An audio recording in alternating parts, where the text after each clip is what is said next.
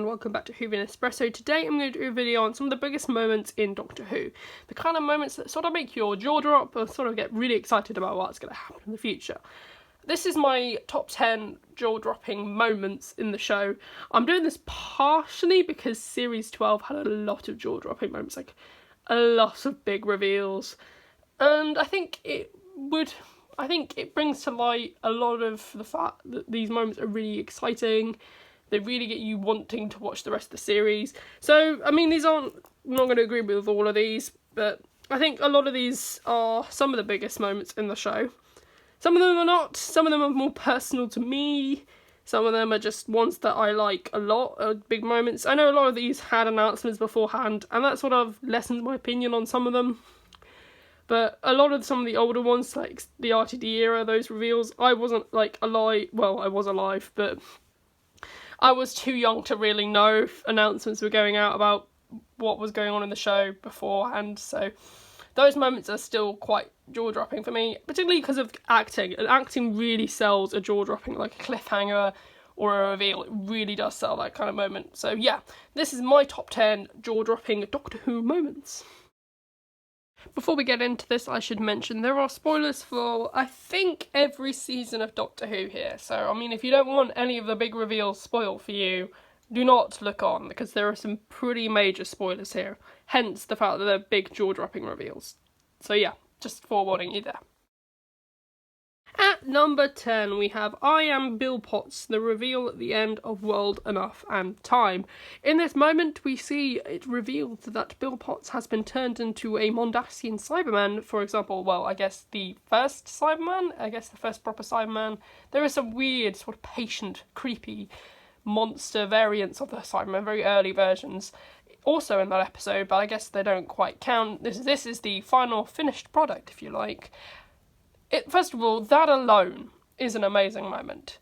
Such a chilling episode leading up to this massive climax where the Doctor is absolutely heartbroken, and you can really see Peter Capaldi's immense acting in this moment before we even get to the craziness of two Masters also being in this episode, where it is revealed that John Sim is the Master.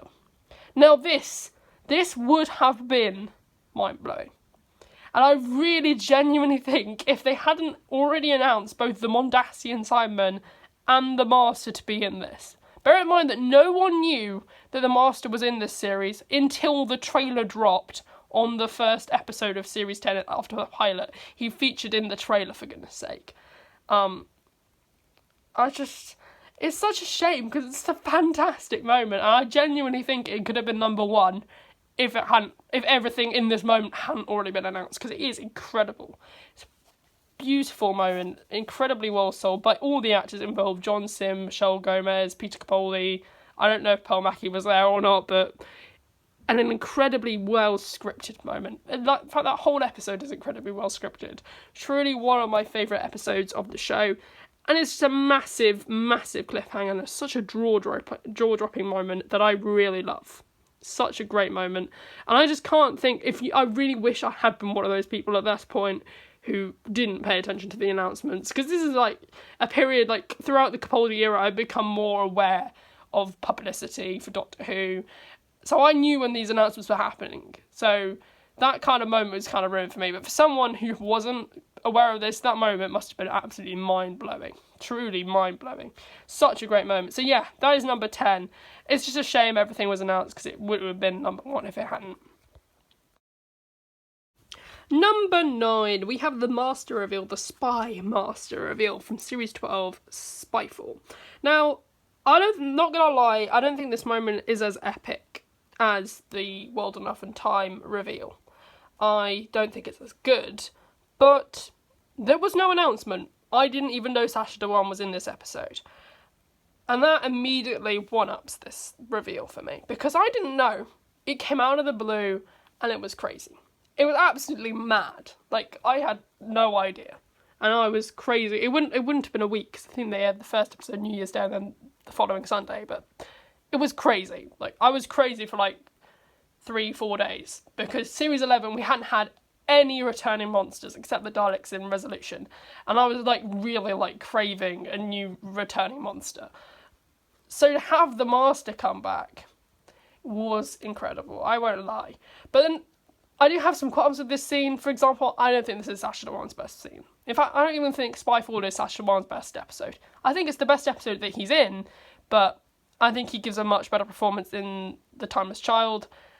And I think his appearance at the end of The Ascension of the Cybermen is a better appearance. But this is just such a shocking, jaw-dropping reveal. I think we all knew the Master was coming back in The Ascension of the Cybermen, so even if it was a good scene, it's not very jaw-dropping because everyone knew. I mean, he was on the cover of Doctor Who magazine, so it cheapens the effect of the reveal. So while I like this scene, and I just think it's probably a weaker reveal, is all. I just think it's sort of shoved onto the end of Spyfall, but it is made more exciting by the fact that it wasn't announced. And I think that's commendable to Chris Chibnall for keeping it this quiet. I think a lot of the reveals in Series 12, I would commend him for keeping it quiet, because Stephen Moffat, I mean, as I said before, he literally put the return of John Sim as the Master in the trailer at the end of the pilot when no one knew. Like, it wasn't even linked to the newspapers. Absolutely no one knew.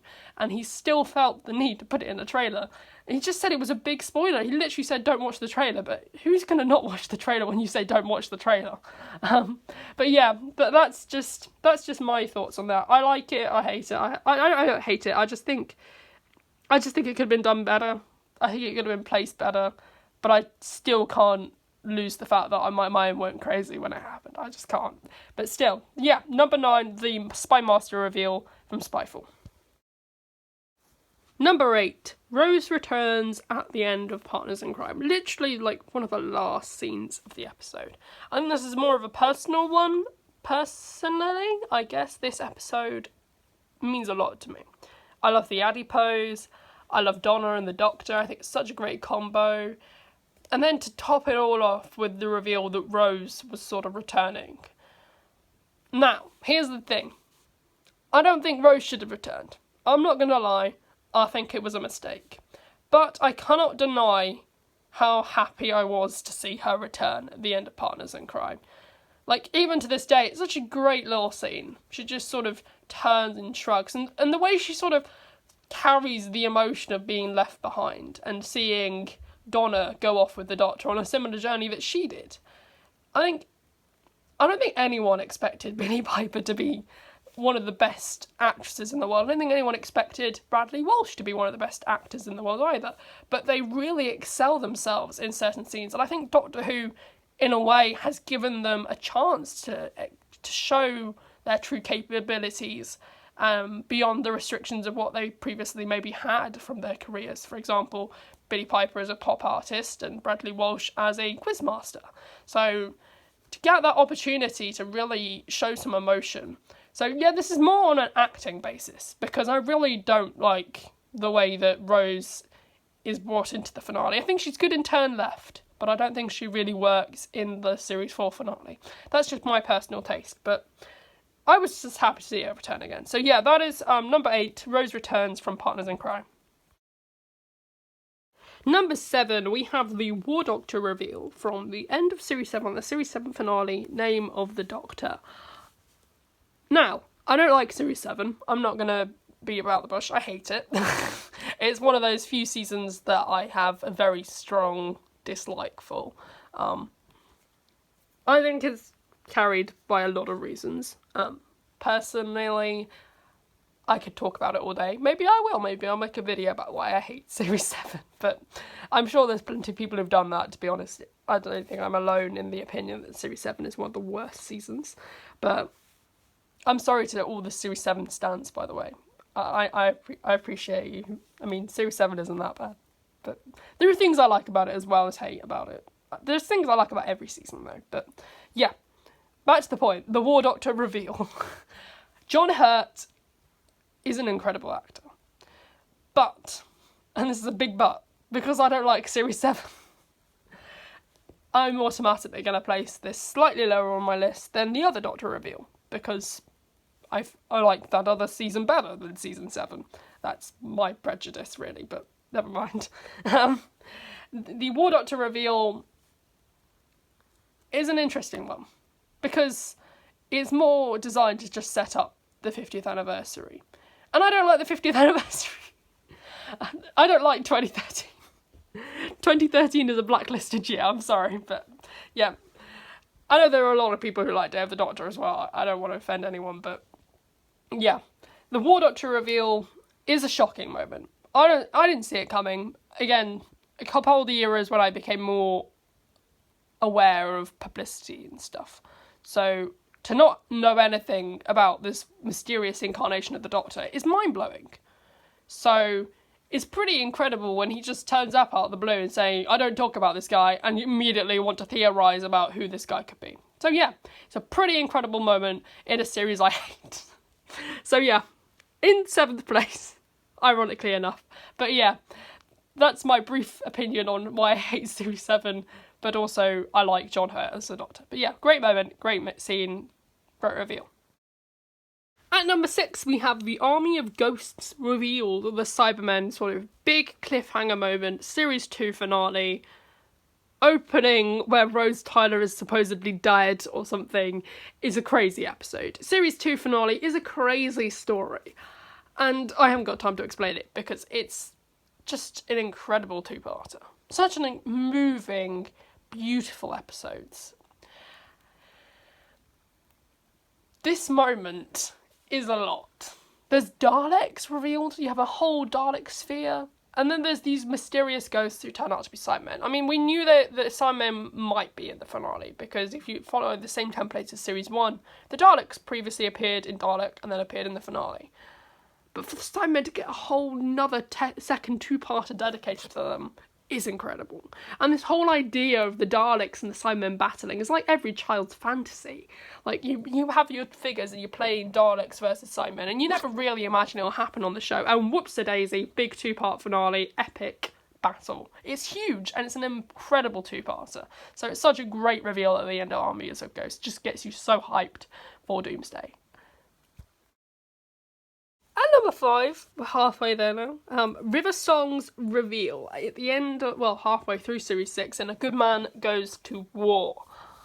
This is a big moment, for me, personally, because as I said, I had no idea this was coming. I had no real theories about River Song. I was interested to know who she was, but I didn't really, register that she might be something bigger than she already was at the time.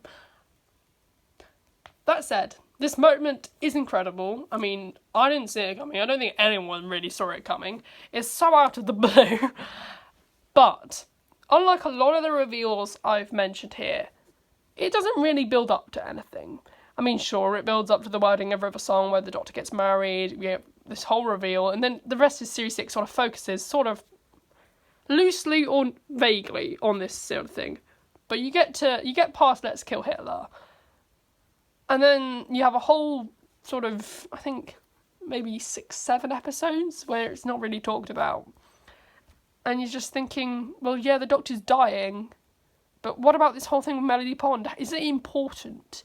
It does seem like a bit of a soap opera reveal, but I love it. It's such a great moment. It's a great moment. I think Alex Kingston's best moment in the show. And you're all this time wondering who River Song is, and you finally get some kind of answer. She's the Doctor's wife.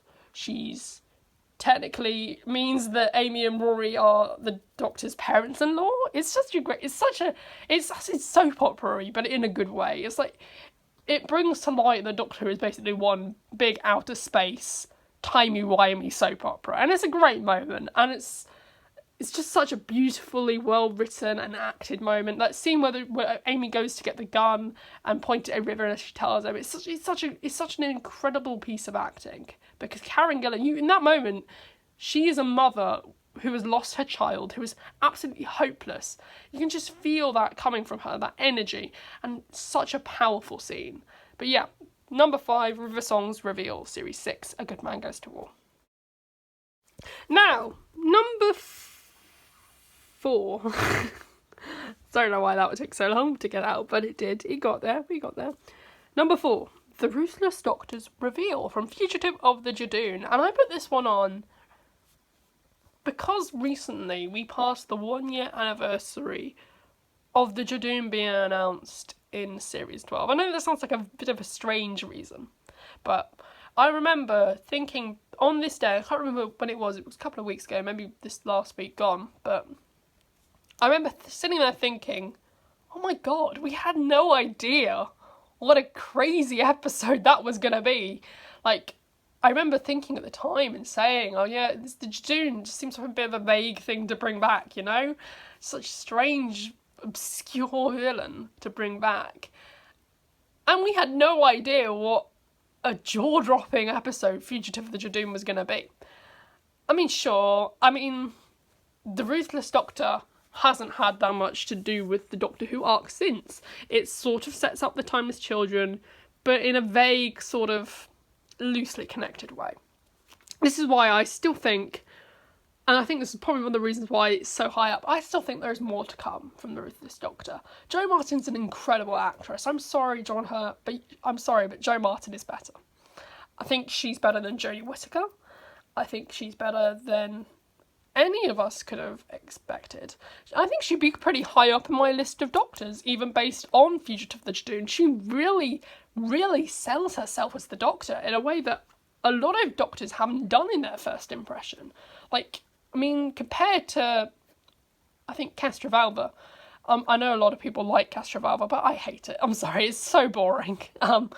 Even for, I know a lot of classic Doctor Who episodes have a lot of pacing issues, but Castrovalva, I think it's got something to do with the whole idea that it's supposed to be tranquil and sort of peaceful, but it drags for me. But that opening episode with Peter Davison does not do much for a first impression for me. Whereas if this was the first episode of a new era with the Doctor, and you start off the episode with the Doctor not knowing who she is, say we don't know which one is the Doctor. Either this, I can't remember what his name was, from Ruth's husband, we're just going to call him for now. Ruth's husband, and you have Ruth. And then you spend the entire episode thinking, who's going to be the Doctor? Because you know it's Doctor Who, but who is the Doctor? Imagine that being an episode. It would be such an incredible introductory episode. And I think this would interestingly set up a great series. I don't mean a Big Finish series. I want a proper series with Ruth as the Doctor. I think she would be incredible. I really want a series with Ruth as the Doctor now. But yeah, this is such a great moment. It's fueled by some great performances. It's just a really good reveal. Even if it doesn't go anywhere, it's such a great reveal. Such a great piece of acting from Jo Martin. It's just a great episode. I mean, I know I had my reservations at the time because I didn't think the arc was going to work, and I'm still not sure the arc has worked. I think we need to see season 13 because I think there needs to be recompense for what happened in Timeless Children. But we'll see what happens. We'll see. But yeah, great reveal. Just a brilliant moment. So, top 3 now, and 2 of these are from the same series. So, I think the 2 at the top are probably going to be reasonably controversial because they're not really big reveals. They're both big cliffhangers that I personally like. But I don't think they're the biggest moments in Who, they're just big cliffhangers. But yeah, this is probably the last big reveal sort of one. So, although I suppose number 1 is kind of a reveal, but yeah, teasing the number 1 spot. But here we have one that probably could have traumatized a lot of kids, particularly if you consider that when this aired, my parents did keep me up, even as an infant. I would have been 3 when this episode aired, Utopia. So when you think about that, and you think about the kind of shows you watch when you're 3, so for example, In the Night Garden. I'm not ashamed to admit I watched In the Night Garden when I was 3. And then you think about this moment, and you think, Derek Jacobi narrated In the Night Garden, and he's also the Master, with a cable, threatening to kill someone. So you can think what that might do to someone at 3 years old, but it's a great moment. Derek Jacobi really sells it. I recently, because Big Finish have a load of free audios, I listened to the first War Master audio, and he's incredible as it. How do we not... I'm sorry, John Sim is... compared to Derek Jacobi, John Sim is the infant that I was watching it, in terms of acting capability. It's just so chilling, so creepy, and his voice the way it changes tones, it's such an incredible mark of quality. Like, how did we not get Derek Jacobi as the Master proper? I don't know if they just couldn't afford him or whatever, but I'm sorry, John Sim, I would take Derek Jacobi any day of the week over him. Such a great reveal and so chilling. Like, you feel the hairs on the back of your head standing on edge when this man speaks. Like, he's so friendly for the entire episode. It's like when O was such a friendly character, and then suddenly you have this massive shift, this massive tonal shift in the episode, and when you realise what's happening, that some serious shit is about to go down in the series finale. But yeah, it's a great moment. So, number 2, and as I mentioned, these top 2 are from the same series, so if you're clever, you can work out that it's Series 9. Series 9, I will admit I have problems with it. There are some episodes that I really don't like, but the recent tweet-along of the Zygon Invasion and Zygon Inversion, as organised by Emily Cook on Twitter, made me think about this two-parter, particularly its cliffhanger, because my mind blew when this episode aired. That my mind really blew when we got to number 1, but this is such a great moment for Jenna Coleman, which is why it's so high up, because, again, the recent tweet along for Rings of Akaten made me think, how did she get from being in Series 7, being a sort of character that didn't really have a character, but was more of a story arc, and then in Series 9, she's a really great character with some serious, like, edge in this episode, in this story. She has some serious edge. Jenna Coleman has some serious edge. You can really see from Series 7 how Jenna Coleman grows as an actress. This is growth. Some incredible acting skills are shown in Series 9 by Jenna Coleman. Like, a lot of people have a lot of hate for Clara, and I can understand where they're coming from for Series 7, Part 2. I kind of start to not see their point in Series 8, because I think she does improve in Series 8. And then in Series 9, she's actually a really good companion. She's really good. And her chemistry with Peter Capaldi, the relationship they have, is incredible. So, to be in a situation where Clara is sort of lost, the Doctor doesn't know where she is, and then suddenly his plane is being shot down by who he thinks is Clara, it's an incredible mental moment, and it blew my mind trying to work out what the Doctor was going to do. It was the first proper, like, cliffhanger where I was thinking that, how is the Doctor going to get out of this? And then it was just him out of a parachute with this hilarious James Bond-esque parachute. It's a great moment, a great cliffhanger. I think it's my favourite cliffhanger, because the number 1 isn't a cliffhanger, but this is my favourite cliffhanger.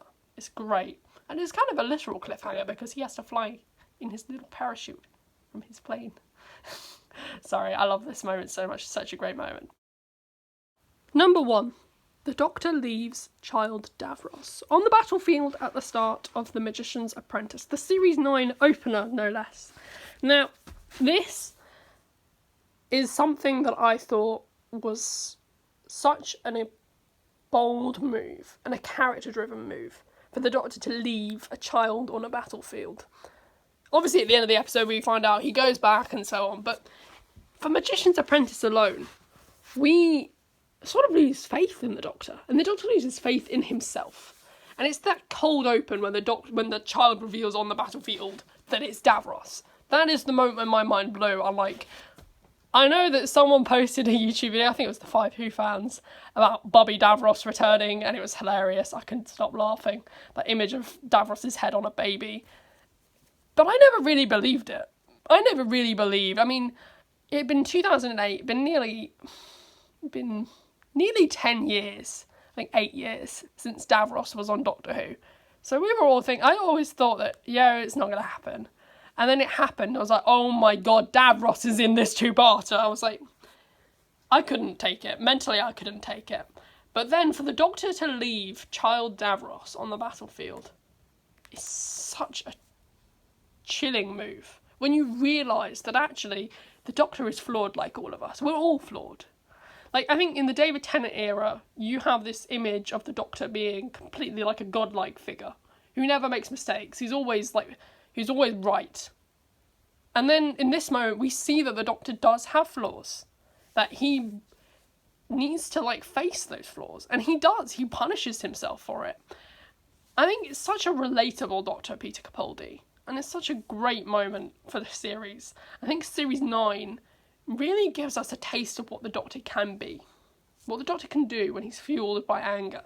And particularly given that there's a scene, I think I'd watched Genesis of the Daleks at this point, but there's a scene where he says if there was a child on a battlefield and you knew that that was going to grow up to be a ruthless dictator, obviously referencing Hitler or something, and then would you then kill that child? And that moment, those words echo throughout the entire story, I think. Not only because they actually play the scene in a clip, but as a moment. But yeah, that's why I love this moment. And this episode, this whole theme throughout this scene. But yeah, number 1. My top 10 list of jaw-dropping moments in Doctor Who. And I know there's going to be a different list for everyone, so I'd love to know what your top 10 jaw-dropping moments of Doctor Who are in the comments section down below. If you like this video, leave a like. If you want to give some feedback on what you thought of these episodes or these scenes, again, comment section down below, that'd be lovely. I'd love to hear your thoughts. And basically, if you want to see more content or updates on upcoming content and reviews, subscribe down below. And I hope you've enjoyed the video. Thanks for watching.